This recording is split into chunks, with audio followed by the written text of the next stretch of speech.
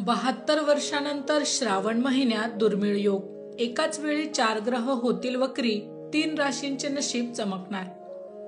वैदिक कॅलेंडरनुसार वार्षिक श्रावण महिना 25 जुलैपासून सुरू होईल।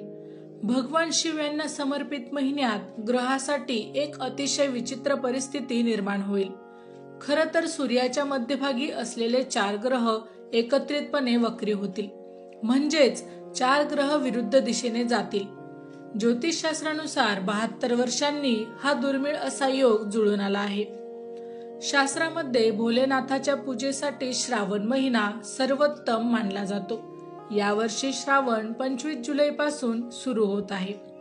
हा महिना पूर्णपणे देवांचे देव महादेव यांना समर्पित आहे। या महिन्यात भगवान शिव आणि देवी माता पार्वती यांची देखील विशेष पूजा केली जाते। यासह श्रावण सोमवारीही उपवास ठेवला जातो। हे व्रत पाळल्याने महादेव प्रसन्न होतात आणि ते भक्तांवर आपले आशीर्वाद वर्षाव करतात अशी देखील मान्यता आहे। 4 ग्रह वक्री होतील। 13 जुलै रोजी न्यायदेवता शनी वक्री होईल। त्यानंतर 18 जुलै रोजी बुध वक्री होईल। त्यावेळी राहू आणि केतू प्रथम वक्री होतील। ज्योतिषशास्त्रीय गणनेनुसार श्रावणात 4 ग्रहांचे वक्री होते, ज्यामुळे 3 राशीच्या लोकांना याचे शुभ परिणाम मिळणार आहेत। आजच्या व्हिडिओमध्ये जाणून घेऊया कोणत्या आहेत त्या 3 राशी। वृषभ राशी, उत्पन्न वाढल्याने बँक बॅलन्स चांगला राहील। नोकरी करणाऱ्यांना प्रगतीच्या नवीन संधी देखील यावेळी मिळणार आहेत। खर्च कमी होतील आणि पैशांची बचत देखील होईल। वैवाहिक जीवनात आनंद राहील। पती पत्नीमध्ये सुरू असलेले वाद आता संपणार आहे। समाजातही तुमचा आदर वाढणार आहे। मीन राशी, पैशाशी संबंधित चालू असलेल्या तुमच्या समस्या आता दूर होणार आहेत।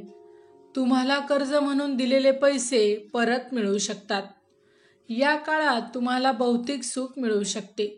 तुम्ही नवीन वाहन, घर, कार किंवा कोणतीही मौल्यवान वस्तू खरेदी करू शकता आणि ती घरी आणू शकता। यावेळी ग्रहमान अनुकूल आहेत। कर्क राशी, कर्क राशीसाठी लग्नाकरिता देखील हा काळ शुभ आहे। घरातील कोणत्याही सदस्याचे लग्न या काळात निश्चित होऊ शकते। हे एक चांगले संबंध आहे। व्यवसायात आर्थिक लाभाचे संकेत आहेत। अचानक कुठून तरी मोठे पैसे मिळण्याची देखील या काळात शक्यता आहे। माहिती आवडली असेल तर अवश्य शेअर करा। अशाच प्रकारची नवनवीन राशीविषयक माहिती मिळवण्यासाठी आमच्या लाईव्ह प्रेडिक्टर या YouTube चॅनलला अवश्य सबस्क्राईब करा। धन्यवाद।